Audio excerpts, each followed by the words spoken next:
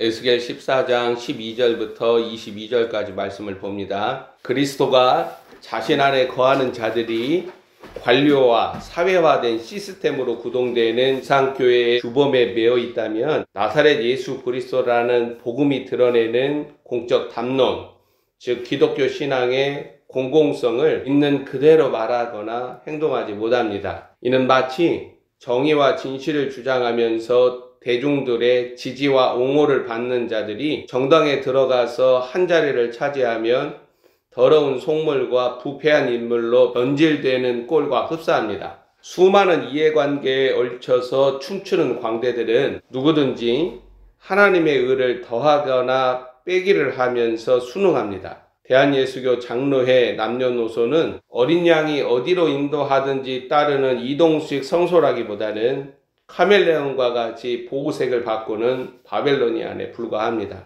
이렇게 종교 본산지에 거하는 자들은 중간심판적 화마를 거치지 않고는 돌이키지 않습니다. 물론 참 예언자들의 동아리에 가담하여 십자가의 길을 배우며 따르는 자들도 하나님의 심판을 겪습니다. 불의한 세상, 이 뒤틀리고 왜곡된 교회들의 자화상, 일그러진 성도들의 양심은 그 행위의 열매대로 하나님의 공의를 따라 심판과 징계를 피하지 못합니다. 보복하시는 주님을 경험할 때 오늘날 성도들과 목사들은 진실로 두려우신 하나님을 알게 됩니다. 하나님의 활시위는 항상 당겨져 있고 하나님의 칼은 칼집에서 나와서 하나님의 목적을 이룹니다. 큰 음녀 바벨론이라는 깊은 바다 속에 수장된 작금의 대한민국은 불법한 자들의 세상입니다. 진실과 정직, 공의와 정의라는 가치를 교회들마저 살아내지 못하고 있습니다. 각자 자신의 처소에서 자신의 하나님의 이름을 부를 뿐입니다. 전부 다 침묵하죠. 주 다시 오심을 준비하는 하나님의 그릇들은 이처럼 살아가지 않아요.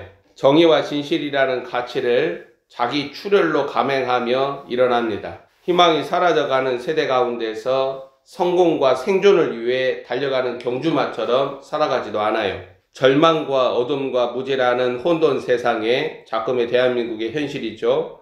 그리스도라는 생명을 빛을 비추는 자들로 일어납니다. 그래서 지금은 각 등대마다 불이 켜져 있어야 돼요. 내 안에 불이 켜져 있는가, 내 안에 어두운가 스스로 살펴야 돼요. 지금은 등대에 그리스도라는 생명의 불을 밝히고 십자가의 길을, 그 승리를 드러내는 때입니다. 이게 준비된 경건이에요. 대한예수교 장로회 남녀노소는 진실로 거듭나서 그리스도의 군사들로 완전 무장해야 합니다. 에베소서 6장의 완전 무장은 오직 그리스도의 생명으로 무장하는 거예요. 밖으로 덕지덕지 붙이는 게 아니에요. 내 안에서부터 밖으로, 머리에서 발끝까지. 그러니까 우리들의 신앙은 너는 그리스도의 군사로 일어나야 한다는 거예요. 주님이 전쟁을 위하여 그의 군사들을 징집령을 발하여서 소환하고 있습니다. 주님의 징집령을 들어야 돼요. 이 혼돈과 무지와 어둠의 땅에서 생명의 길, 의의 길을 잃어서는 안 됩니다. 예언자 에스겔은 나라와 민족과 성전이 무너지고 이방 땅 강제 노역장에서 살아계신 주 여호와 하나님, 하나님의 그리스도를 아련합니다. 여호와 하나님의 영광과 인재가 그를 사로잡고 추상 같은 하나님의 명령어가 그를 강타합니다. 하나님의 영광과 인재가 거두어진 화려하고 웅장한 종교 건축물과 목이 곧은 자들의 동아리에서는 이러한 예언자적 아우성이 묵살됩니다. 그래서 다 조용한 거예요. 입도 뻗고 못 하잖아요. 손에 묻은 더러운 피가 씻겨지지 않는 강도의 구렬이 되어가는 지상교회에는 하나님의 우편 보좌로부터 타전되는 지시나 명령어를 들을 수가 없습니다. 그들은 마땅히 들어야 할 음성, 영적인 각성과 온전한 돌이킴을 요구하는 하나님의 말씀을 깊은 혼돈의 바닷속에 수장시킨 채 살아갑니다. 그렇게 그들이 안전하다고 여겨지는 모든 것들이 이제는 뒤흔들리며 무너집니다. 에스겔은 자신의 나라, 백성과 여호와 하나님을 신앙함이 완전히 파괴되고 무너진 현실에서 살아계신 하나님의 영광과 인재에 결박당합니다.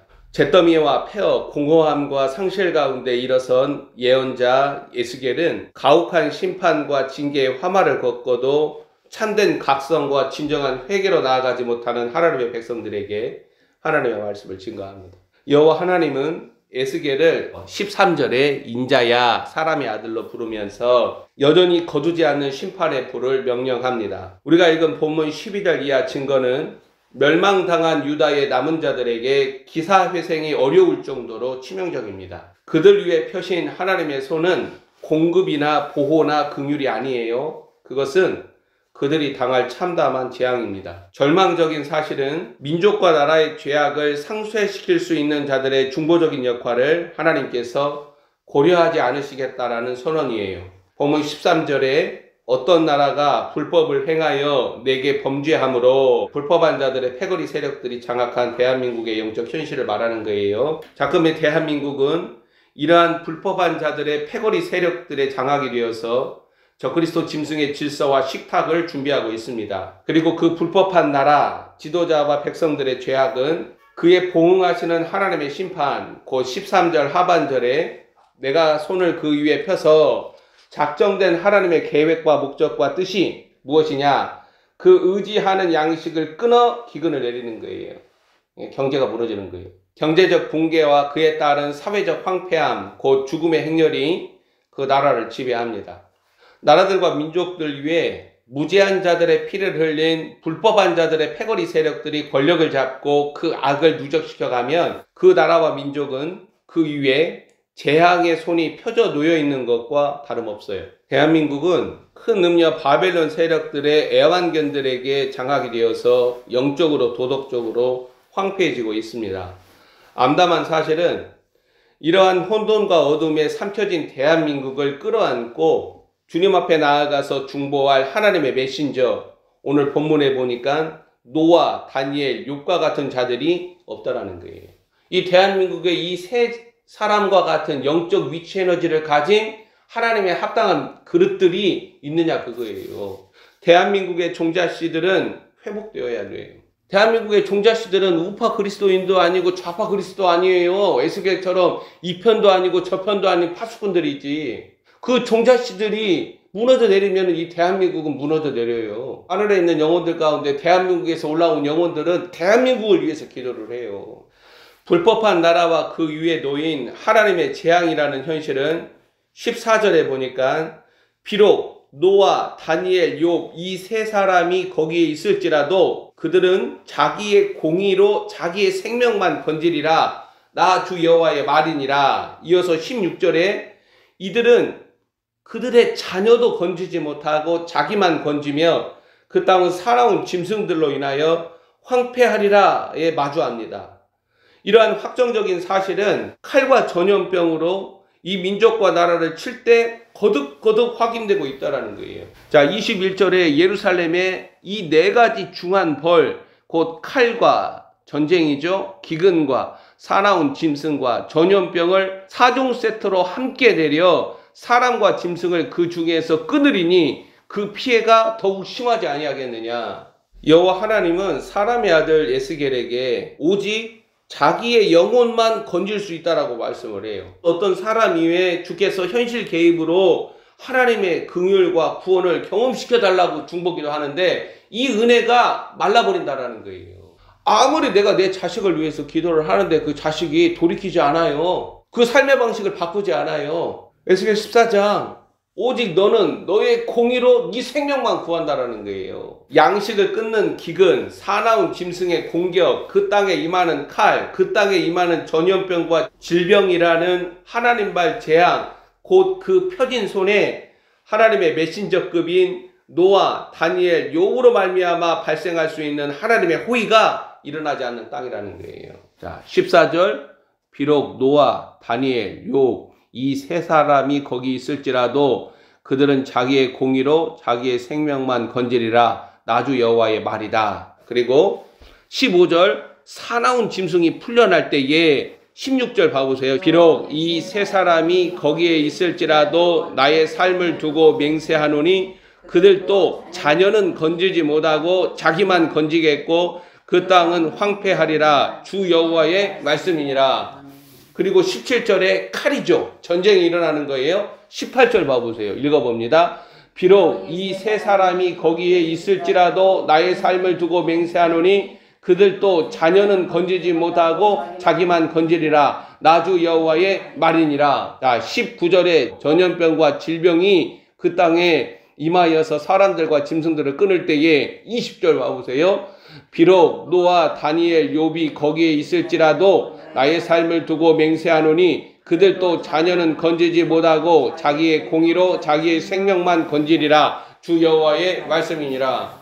각자도생이면 끝난 거예요. 이 비참한 지경에 이르기까지 그들은 돌이키지 않는다라는 거예요. 그러니까 우리는 하나님의 심판과 진노를 뼛속까지 경험할 때 진실로 하나님이 얼마나 두려우신가를 바르게 배우는 거예요. 하나님이 4가지 재앙의 손길에서 오직 자신만의 공의로 자신을 살릴 수 있다는 증거는, 그러니까 네 자신의 공의로만 너를 살릴 수 있다. 그 공의가 뭐냐? 신실하게 걸어간 의의 길이라는 거예요. 그 삶이라는 거예요. 불법한 나라, 불의와 악한 사람의 세상에 필연적으로 발생하는 재앙적 심판은 자신의 생명만 건지는 현실을 일으킨다는 거예요.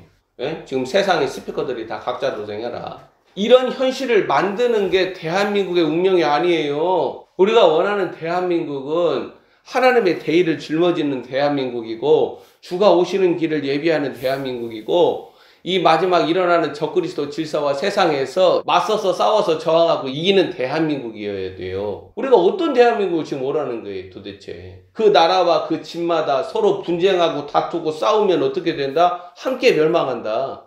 오늘 본문에서 말하는 이 비극이 양해국가 피난처 국가로서 거듭나야 할 대한민국에서는 발생해서는 안 돼요. 각자도생이면은 가장 연약한 사람들, 가난한 사람부터 다 죽어요. 마귀는 각자도생이라니까요.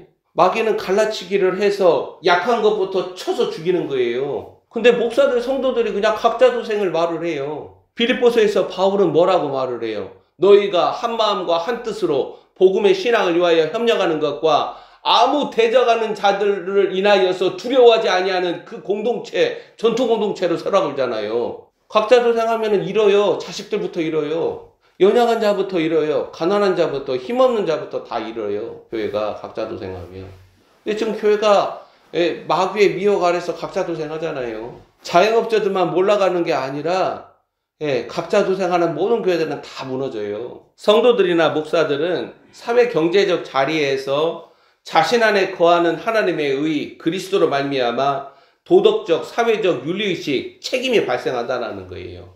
이 책임은 무엇보다 내 안에 있는 하나님의 의라고 불려지는 그리스도로 말미암아 내가 의의 길, 하나님의 길을 걷는 희생으로 나타납니다. 이 편도 저 편도 아닌 하나님의 파수꾼으로 십자가의 길을 걷는 올곧음을 이 지상교회 목사들, 성도들이 드러냄으로써 큰 음녀 바닷속에 수장당한 작금의 대한민국을 건져내야 돼요.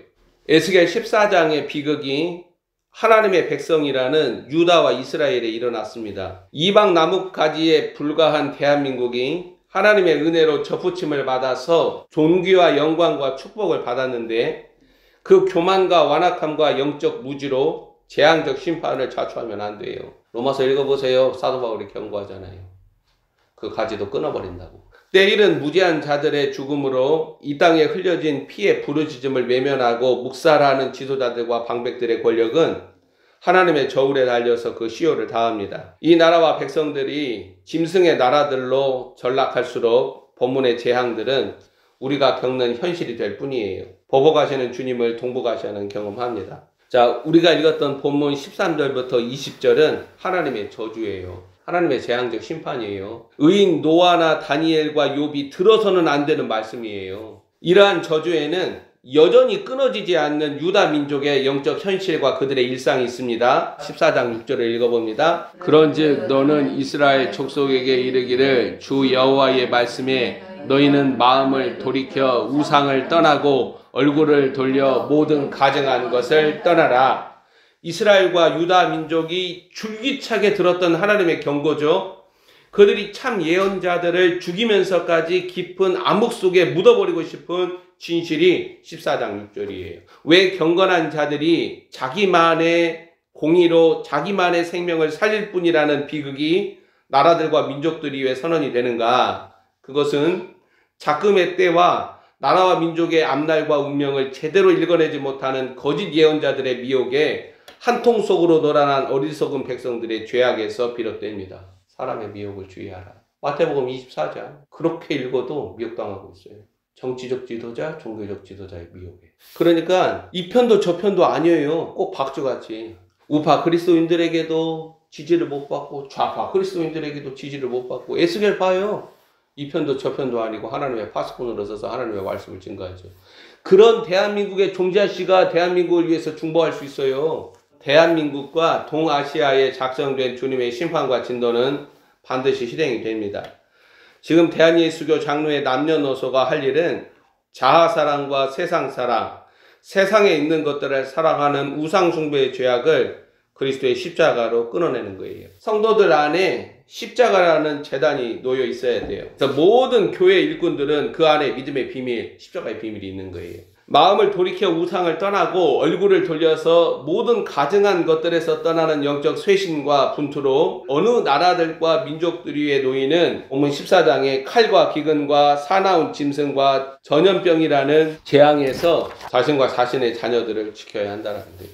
참된 성도들은 불법한 세상에서 살아갈수록 자신과 자녀들을 이끄는 십자가의 방식이 미련하고 어리석다라는 사실을 확인해요. 그러나 그 어리석고 미련하게 여겨지는 하나님의 방식이 세상보다 강하고 세상보다 지혜로워요. 생명은 무엇보다 가장 소중합니다. 3번 주님이 말씀하셨어요. 첫째도 생명, 둘째도 생명, 셋째도 생명. 육신의 생명 말하는 거 아니에요. 그러나 내 안에 생명을 지키기 위해서는 육신의 생명이 살아있어야죠. 지금의 대한민국에서 그리스도인들은 자신과 누구의 생명, 특히 자녀들의 생명을 살려야 합니다. 주님이 바라시는 재앙적 심판이 일어나기 전에 동북아시아에 붉은 말, 검은 말, 청황색 말이 보이기 전에 급진적으로 그리스도의 십자가로 나와야 돼요. 생과 사를 주관하시는 우리 주 예수 그리스도께 전심으로 나아가야 한다는 거예요.